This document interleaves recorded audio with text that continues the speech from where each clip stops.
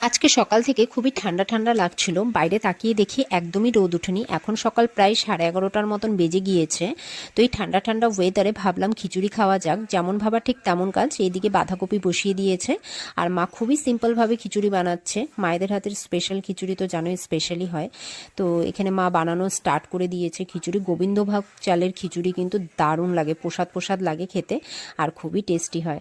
তো যা আর কি বাড়িতে মশলাপাতি ছিল সেগুলো দিয়ে সিম্পল একবারে তেলের মধ্যে শুকনো লঙ্কা, আদা, জিরে বাটা এই সমস্ত কিছু ফোড়ন দিয়ে চাল ডাল ভেজে মশলা দিয়ে একবারে জল দিয়ে দিল।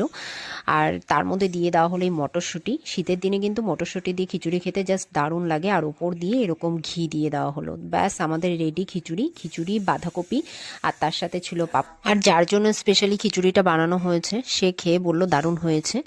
ব্যাস আমরাও খেয়ে নিলাম খিচুড়িটা। জাস্ট দারুণ হয়েছিল আজকে খিচুড়িটা খেতে। তো আজকের ভিডিওটা এখানেই এন্ড করছি। দেখা হচ্ছে